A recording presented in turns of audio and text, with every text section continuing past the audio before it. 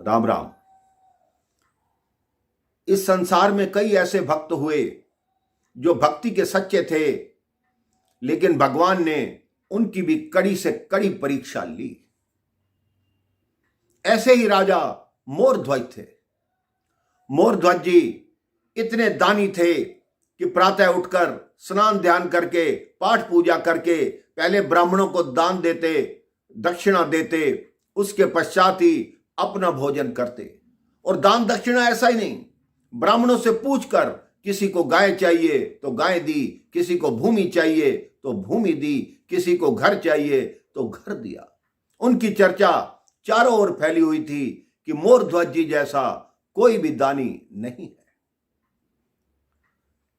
एक दिन अर्जुन जी को बड़ा घमंड हुआ कि मेरे भाई युधिष्ठिर जैसा यज्ञ किसी ने किया नहीं, उन जैसा दान किसी ने दिया नहीं, मेरे भाई जैसा दानी कोई हो नहीं सकता। भगवान कृष्ण सुन रहे थे, कहते ऐसी बात मत करो अर्जुन, तुम्हारे भाई से भी बहुत बड़े बड़े दानी पड़े हैं। अर्जुन ने कहा इस संसार में मेरे भाई से बड़ा कौन दानी हो सकता है, मेरा भाई प्रथम स्थान पर होगा। भगवान कृष्ण ने कहा नहीं, तुम्हारा भाई सबसे अंतिम स्थान पर है। तो अर्जुन ने कहा तो फिर प्रथम स्थान पर कौन है? भगवान कृष्ण ने कहा प्रथम स्थान पर राजा मोरध्वज हैं, जिनके दान की चर्चा इस समय पूरे विश्व में फैली हुई है। अर्जुन जी ने कहा मैं कैसे विश्वास करूं? कृष्ण जी ने कहा तुम मेरे साथ चलो और चल के परीक्षा लो। अर्जुन जी ने कहा मुझे स्वीकार है। भगवान कृष्ण और अर्जुन दोनों ब्राह्मण रूप में आए। उन्होंने यमराज को भी अपने साथ लिया, उसको एक बूढ़ा शेर बनाकर वहां पर ले गए। जैसे ही द्वार पर आए कि दान दो, भिक्षा दो, दान दो, हम ब्राह्मण हैं, राजा मोरध्वज वहां उपस्थित हुए, उनके चरण धोए, उनको अंदर बुलाया, उनका शेर बाहर खड़ा रहा। वो दोनों ब्राह्मण आकर बैठे तो कहिए आपकी क्या सेवा करूं, क्या चाहिए आपको? उन ब्राह्मणों ने कहा हम भोजन करना चाहते हैं, लेकिन हमारा नियम है हमारे से पहले हमारा शेर भोजन करेगा।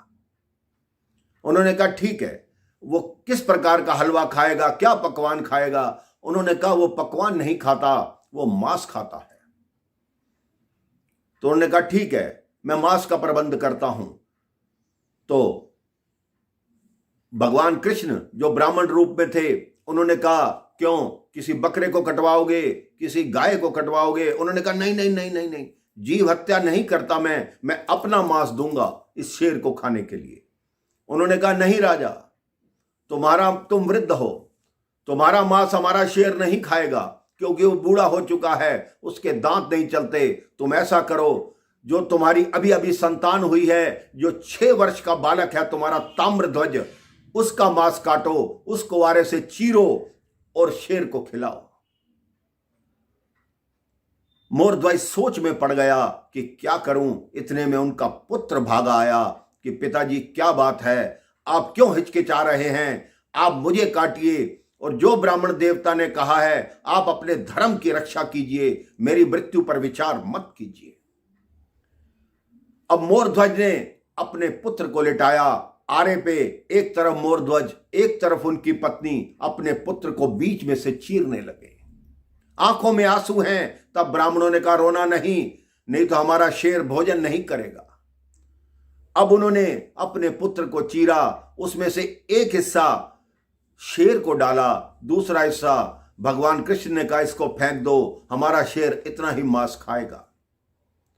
उन्होंने कहा अब बताएं ब्राह्मण देवता मैं क्या करूं? कहते भोजन परोसो। जैसे ही भोजन परोसा, थाली दूर फेंक दी। कहते क्यों नहीं खा रहे? कहते अभी अभी तुमने एक बालक की हत्या की है और हत्यारे के हाथ का भोजन हम नहीं करते।